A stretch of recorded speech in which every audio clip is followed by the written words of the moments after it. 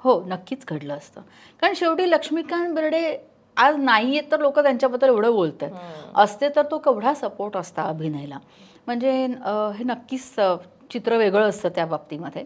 पण ठीक आहे, आता त्याला आपण काही करू नाही शकत आहे. काय वाटतं अभिनय तुला? तुला काय वाटतं? आता ते असते किंवा तू आता तुझ्या बाबांविषयी, आई तर आहे पण बाबांविषयी बरेच लोक तुला बोलत असतील ना, आठवणी सांगत असतील किंवा अरे असं आणि तसं ते तुझ्याशी बोलत असतील, तर तू ते सगळं मिस कसं करतोस की कदाचित ते वेगळं असतं चित्र आज, या बाबतीत तुला काय वाटतं? सी एक आहे की पण मला असं वाटतं नेपोटिझम नसतंच म्हणाले, कारण ते स्वतः असे ऍक्टर होते की त्याने ह्याला स्वतः त्यांनी सांगितलं असतं की you have to prove yourself. 100% कारण लक्ष्मीकांत बेर्डे असाच घडला नाहीये, त्याने जे केलं हा, सो ते तुला असतंच त्यांच्या कडनं, पण तरी सुद्धा परिस्थिती कशी वेगळी असते. खूप वेगळी असते. म्हणजे लहानपणापासूनच तिला अगदी आम्हाला हॉस्टेलला टाकायची गरजच पडली नसती. या सगळ्याच गोष्टी वेगळ्या असत्या. आणि नाही म्हटलं तरी ते इतकं मोठं वृक्ष आहे ना की त्या सावलीतून बाहेर पडायलाच तुम्हाला खूप मेहनत मुळात घ्यावी लागते. सी नेपोटिझम या सगळ्या गोष्टी आपण मान्य जरी केल्या, सगळ्या गोष्टी आहेत.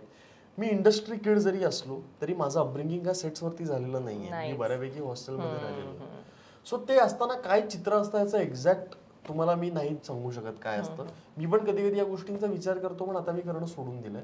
कारण मला असं वाटतं की आत्ता जे माझं आयुष्य मला त्याच्यावरती जास्त फोकस करायचं आहे. कारण कुठेतरी जे मी आता बिल्ड केलंय, जे जे रिलेशनशिप्स मी आता बिल्ड केले आहेत, जे काय फॉलोईंग मी बिल्ड केलंय, ते कुठेतरी माझ्या क्रेडिटवरती बिल्ड केलेलं आहे. सो त्याच्यामुळे त्या गोष्टींचा विचारच येत नाही. काय असतं चित्र मला नाही माहिती, खरंच माहिती नाही. खूप शिकायला मिळालं असतं. त्यांच्याकडे उत्तम व्यावहारिक ज्ञान होतं. ते जर मला मिळालं असतं त्यांच्याकडनं शिकायला, तर काय म्हणजे वेगळीच गोष्ट असती. पण again as an actor, as a creative person मी कधीच कोणाला फॉलो नाही करू शकत. जे काय मी स्वतःची जागा आणि स्वतःची ओळख निर्माण करण्यात विश्वास ठेवतो ते असते तरी तसं असतं नक्कीच.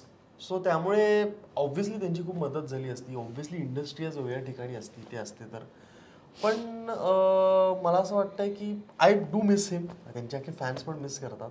बट आय फील की जी स्वतःची जागा निर्माण आता मला करता येते, त्यावेळेला कितपत कशी करता आली असती ह्याचं स्ट्रगल पण वेगळं असतं असं मला वाटतं. बरोबर, कारण आता आई आहे तेव्हा पण ते असं थोडंसं बॅगेज तुला वाटत असेल आईच्या याच्यामुळे, की जो रिस्पेक्ट मिळतो तो कदाचित प्रिया बेर्डेंचा मुलगा म्हणून मिळतोय का मी इंडिव्हिज्युअल इंडिपेंडेंटली स्वतःचं केलंय, ते थोडंसं मग तेव्हा तर ते आणखीन कदाचित वेगळं असतं. पण तू आता स्वतः जसं म्हणालास तसं की तू ज्या पद्धतीनं स्ट्रगल करतोय, ज्या पद्धतीनं आता कोणी म्हणणार नाही की अरे लक्ष्मीकांत बेर्डे प्रिया बेर्डेंचा मुलगा आहे म्हणून याला सिनेमा येतात, तसं तुझ्या बाबतीत होत नाहीये.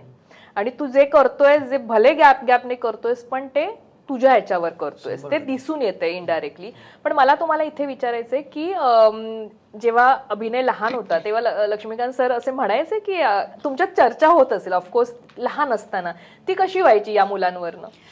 एकतर अभिनय दिसायलाच मुळात खूप सुंदर होता. म्हणजे एकतर मी पण एवढी गोरी नाही, लक्ष्मीकांत पण गोरे नव्हते, पण अभिनय म्हणजे असा गोरा आणि नाक बीक छान दिसायला देखणं बाळ लहानपणापासून. तिथूनच सुरुवात की हा हिरो होणार. हा ते माझा पुढचा हिरो हे लक्ष्मीकांतने आधीपासूनच ठरवलेलं होतं. त्यामुळे आणि मी सांगते ना तुला, जेव्हा मूल पहिल्यांदा उपडी पडतं किंवा ज्याला आपण पालथं पडतं म्हणतं, तेव्हापासून अभिनयने जे टीव्ही बघायला सुरुवात केली तो अजूनपर्यंत म्हणजे त्याला ते असं चित्रपट आणि याचं ते खूप आकर्षण पहिल्यापासून. म्हणजे अभिनय गायचा पण लहान असताना खूप छान, अभिनय डान्सही उत्तम करायचा, शाळेतल्या गॅदरिंगमध्ये अभिनयाचा इतका सहभाग असायचा ते, त्यामुळे ते फिक्स होतं. आणि फक्त लक्ष्मीकांतच नाही, पण नंतर सुद्धा त्याचे टीचर्स म्हण किंवा इन जनरल त्याच्या आजूबाजूचा जो क्राऊड होता त्याने अभिनयाला ॲज अ हिरो म्हणूनच बघत होते. म्हणजे त्या काळात सुद्धा म्हणजे ह्याच्यामध्ये अभिनयाच्या डोक्यामध्ये कधी ती हवा नव्हती की मला लक्ष्मीकांत बेर्डेंचा मुलगा म्हणून ट्रीट करतात, ते नव्हतं. पण मी हिरो किंवा माझं दिसणं, माझं असणं, मी कुठले कपडे घालतो ह्याच्याबद्दल एक कॉन्शियसनेस असतो ना, तो लहानपणापासून त्याच्यामध्ये होता. सो पण इंडस्ट्रीत वावरताना कसं राहा, काय करू नकोस, काय कर, याविषयी किंवा माणूस म्हणून स्वतःला कसं आधी प्रूव्ह करे, तुमचे हे कसे असतात, इनपुट्स कसे असतात नाही, किंवा मी काय मी जे त्याच्या- अपब्रिंगिंग करताना? पहिल्यांदा सुरुवातीला सांगायचा प्रयत्न केला, पण नंतर मी असा विचार केला की शेवटी त्याने अनुभवानेच सिद्ध व्हावं. का मला जे अनुभव आले ते त्याला येतीलच असे नाही आहेत ना. माझे अनुभव वेगळे आहेत, त्याचे काम करण्याचे, त्याला भेटणारी माणसं वेगळी आहेत, बरोबर.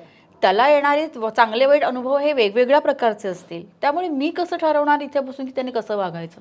त्यापेक्षा तुला जे अनुभव येत आहेत ते तू घे आणि मग तू मोठा हो आणि तू बघ आयुष्य तुझं कसं बघायचं. कारण मी सांगेन पुढे खड्डा आहे, मग तिथे गाडी घालायची तुझी का नाही घालायची तू ठरव. म्हणजे अरे अरे अरे असं म्हणायचं, ते बघा तिथे खड्डा, असं म्हणायचं की बघ बाबा दिसतंय का तुला आता ते, आता तुझं तू बघ काय करायचं. मग शेवटी हा अप्रोच महत्वाचा असतो आणि आई वडिलांनी तेच करावं. प्रत्यक्षात गाडी चालवताना पण हा गाडी चालवताना ठीक आहे रे, ए रे, मी आयुष्यातला सांगते तुला. मी गाडी चालवताना पण हसायला हवं ना. मी ठेवते आता, गप्प बस, मी काही बोलत नाही, गप्प बस, समजलं ना. हा.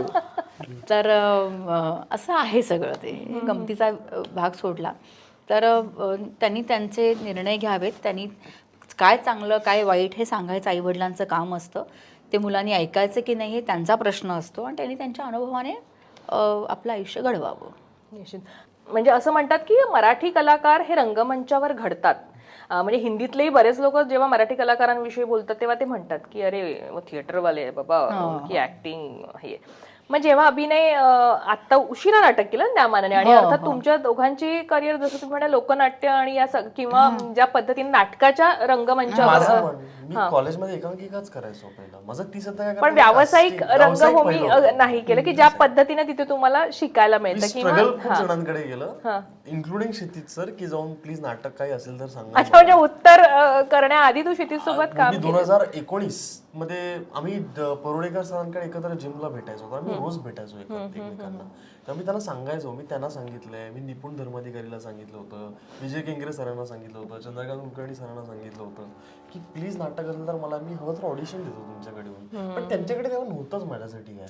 जेव्हा क्षितिज सरांसाठी आजीबाई जोरात जेव्हा त्यांनी डेव्हलप करायला चालू केलं, म्हणजे आता याचं नाटक करायचं, तेव्हा त्यांचा पहिला थोडा विचार माझा आला.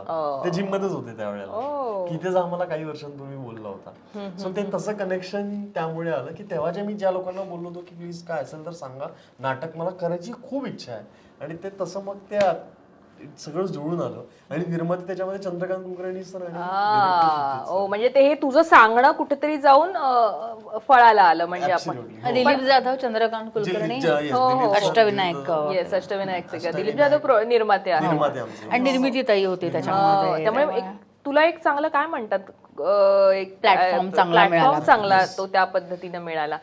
म्हणजे ती हंगर जी होती ना ऍज अन ऍक्टर स्वतःला प्रूव्ह करायची, ती कुठेतरी तिकडे त्या स्टेजवरती जाऊन पूर्णपणे माझी हंगर मिटली असं म्हणणार नाही मी, पण ती सॅटिस्फाय झाली त्या वेळेपुरती. बरं, आई कशी क्रिटिक्स आहे तुझ्या कामाची? थेट बोला, म्हणजे जे बोलते ते एक्झॅक्ट. म्हणजे जर नाही आवडलं तर आवडलं, नाही आवडलं तर नाही आवडलं.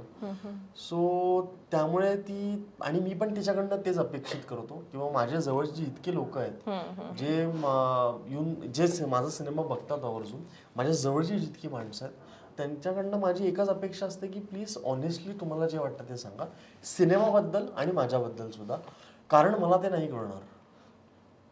कदाचित मी तितका अजूनपर्यंत माझी काय म्हणतो आपण अॅनालिटिक पॉवर वाढलेली नाहीये की मी स्वतःला तितक्या चांगल्या प्रकारे जज करू शकतो. कदाचित ओव्हरली जज करतो मी कधी कधी स्वतःला. माझ्या सिनेमाला तर मी जजच नाही करू शकत चांगला झालाय वाईट झालाय, कारण ऍज अन ऍक्टर जेव्हा आपण सिनेमा बघतो आपण इतके सेल्फिश असतो. आपलं काम आपल्याला आवडलं तर सिनेमा चांगला झालाय, आपलं काम आपल्याला नाही आवडलं तर सिनेमा चांगला नाही झाला. सो आपण खूप सेल्फिश असतो जेव्हा आपण आपल्या सिनेमाकडे बघतो तेव्हा. त्यामुळे मी खूप डिपेंडेड आहे माझ्या आजूबाजूच्या लोकांवरती. त्यामुळे मला खूप गरजेचं असतं की मला जे ऑनेस्ट आहेत माझ्या बरोबर, जे फक्तच हाजी नाही करत आहेत किंवा फक्तच क्रिटिसाइज नाही करत आहेत, आणि करतात तरी ते कन्स्ट्रक्टिव्हली क्रिटिसाइज करतायत. मला प्रिसाइज त्या गोष्टी सांगतात की हे चुकलं हे बरोबर आहे, हे चुकलं हे बरोबर आहे. सो तशी लोक मला खूप आवडतात माझ्या आजूबाजूला. मला तरच कळतं की माझं काम कसं झालंय. सो आय फील ती तशीच आहे, ती जे चुकलंय जिथे चुकलंय तिथे चुकलंय, जिथे नाही चुकलंय तिकडे ती कौतुकही करते. आणि माझ्यासाठी खूप इम्पॉर्टंट असतात तिचे व्ह्यूज आणि हे त्याच्यावरनं पण आमचं कधी कधी डिस्कशन होतं की अरे तिला एक गोष्ट पटली नाही पण ती गोष्ट अशी का झाली, कारण तो जनरेशनचा गॅप असतो, तो वेळेचा प्रत्येक अनुभवाचा तो हे असतो. पण आजीबाई जोरातचं काम बघितल्यानंतर मी खूप रडले होते पहिल्याच शोला. मला खूप आवडलं होतं कारण मी अभिनयाची खरंच मी क्रिटिक्स आहेच बऱ्यापैकी की सुरुवातीपासून मी त्याला नाही हे बरोबर नाही, मला हे अजिबात आवडलेलं नाही. मला सांगायची पद्धत पण अशी विचित्र आहे, त्यामुळे समोरच्या माणसाला नक्कीच राग येईल की अरे ही अशी का बोलते. त्याला मी खूप वेळा हर्ट केलं असेल त्या बाबतीमध्ये, आय एम सो सॉरी. पण अजिबाई जोरातच्या वेळेला मला त्याचं काम खूप आवडलं की मी म्हटलं की इतकी मेहनत घेतली होती आणि मला सगळ्यांनी सांगितलं होतं, निर्मिती त्यांनी सांगितलं होतं, पुष्करने सांगितलं होतं, मुग्धाने सांगितलं होतं.